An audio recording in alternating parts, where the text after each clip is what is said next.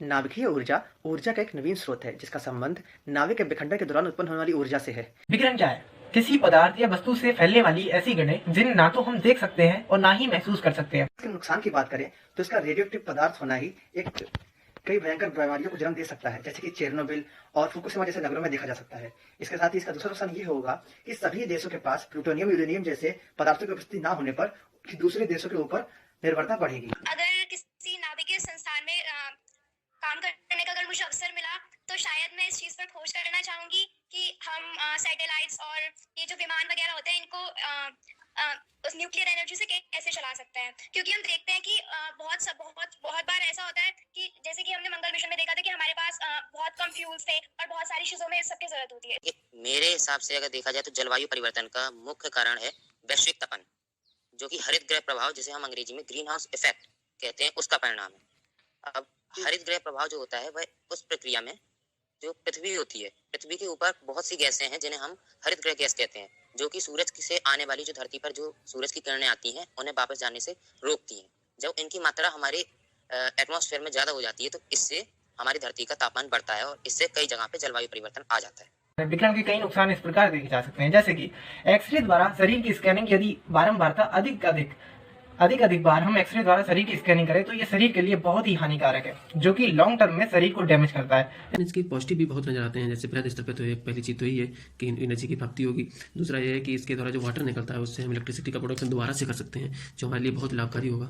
तो कहीं ना कहीं अगर हम इसके साथ प्रिकॉशंस बरतेंगे तो हमारे लिए बहुत अधिक लाभकारी हो सकता है। यदि हम इसके उपयोग की बात करें तो परमाणु बम बनाने में, बिजली बनाने में इसका उपयोग किया जाता है। यदि हम इसके लाभों की बात करें तो इसका पहला लाभ तो यही है कि इसके द्वारा जो बिजली बनाई जाती है वह काफी सस्ती है, क्योंकि यह कम ईंधन का इस्तेमाल करता है।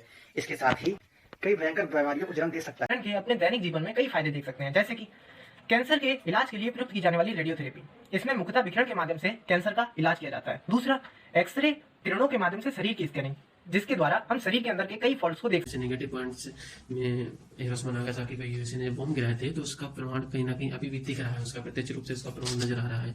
तो वहीं पर जापान में ही एक न्यूक्लियर पावर क्षति हो गई थी, वहाँ पर भूकंप आने से न्यूक्लियर पावर प्लांट क्षतिग्रस्त हो गया था, उसके माध्यम से भी आज तक उसके प्रभाव नजर आ रहे हैं।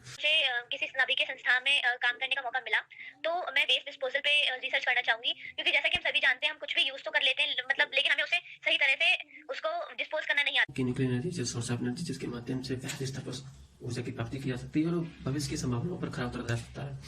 अच्छा, इस स्तर पे हमारे भारतीय लेवल पे और वैश्विक लेवल पे अनेक न्यूक्लियर पावर प्लांट स्थापित किए जा रहे हैं। जैसे भारत में गुजरात हो गया, महाराष्ट्र हो गया और तमिलनाडु हो गया, यहाँ पर परमाणु संयंत्र स्थापित किए जाते हैं। तो वही वैश्विक लेवल पे हमारा फ्रांस में ITER स्थापित किया जाता है, इंटरनेशनल न्यूक्लियर एक्सपेरिमेंटल रिएक्टर स्थापित किए जा रहे हैं। इसमें विभिन्न देश आपस में कोलैबोरेशन करके इस संस्था का स्थापना कर रहे हैं, जिससे बृहद स्तर पे एनर्जी की संभावनाओं को पूरा किया जा सकता है।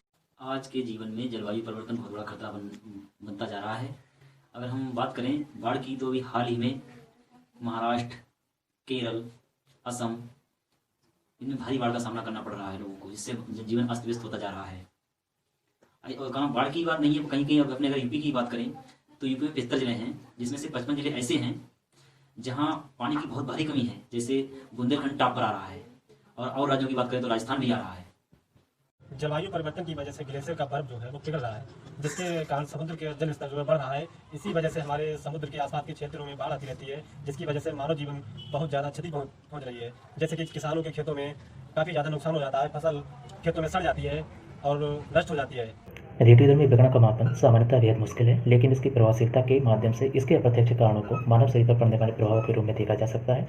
रेडियोधर्मी विकिरण की उच्च मात्रा विकिरण क्रॉनिक डिजीज का कारण बन सकती है, जबकि इसके माध्यम से फैलने वाले अत्यधिक प्रदूषण से कैंसर तथा व्यक्ति में अचानक मृत्यु हो सकती है।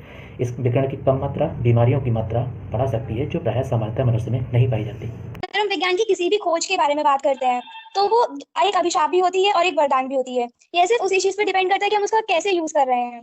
तो मेरे अनुसार तो अगर हम नाभिकीय विज्ञान एक बहुत ही बड़ा वरदान साबित होगा, और आने वाले समय में जैसे कि हम जानते हैं कि कोल, पेट्रोलियम और इन सब चीजों की जो है कमी होने वाली है फ्यूचर में जाके, तो ऐसे में ये नाभिकीय विज्ञान एक बहुत ही अच्छा ऑप्शन होगा हमारे लिए ऊर्जा स्रोत का। मुझे कभी ऐसा अवसर मिला तो मैं न्यूक्लियर फिशन और न्यूक्लियर फ्यूजन इन चीज़ों के बारे में ज़्यादा जानने का प्रयास करूंगी, क्योंकि अब ये इकोनॉमी और अगर हम इंडियन इकोनॉमी या फिर अभी इस पेंडेमिक की बात करें तो आने वाले जो समय है उनमें हमें इन चीज़ों की बहुत ज़रूरत भी पड़ सकती है अपने कंट्री को डिफेंस करने के लिए।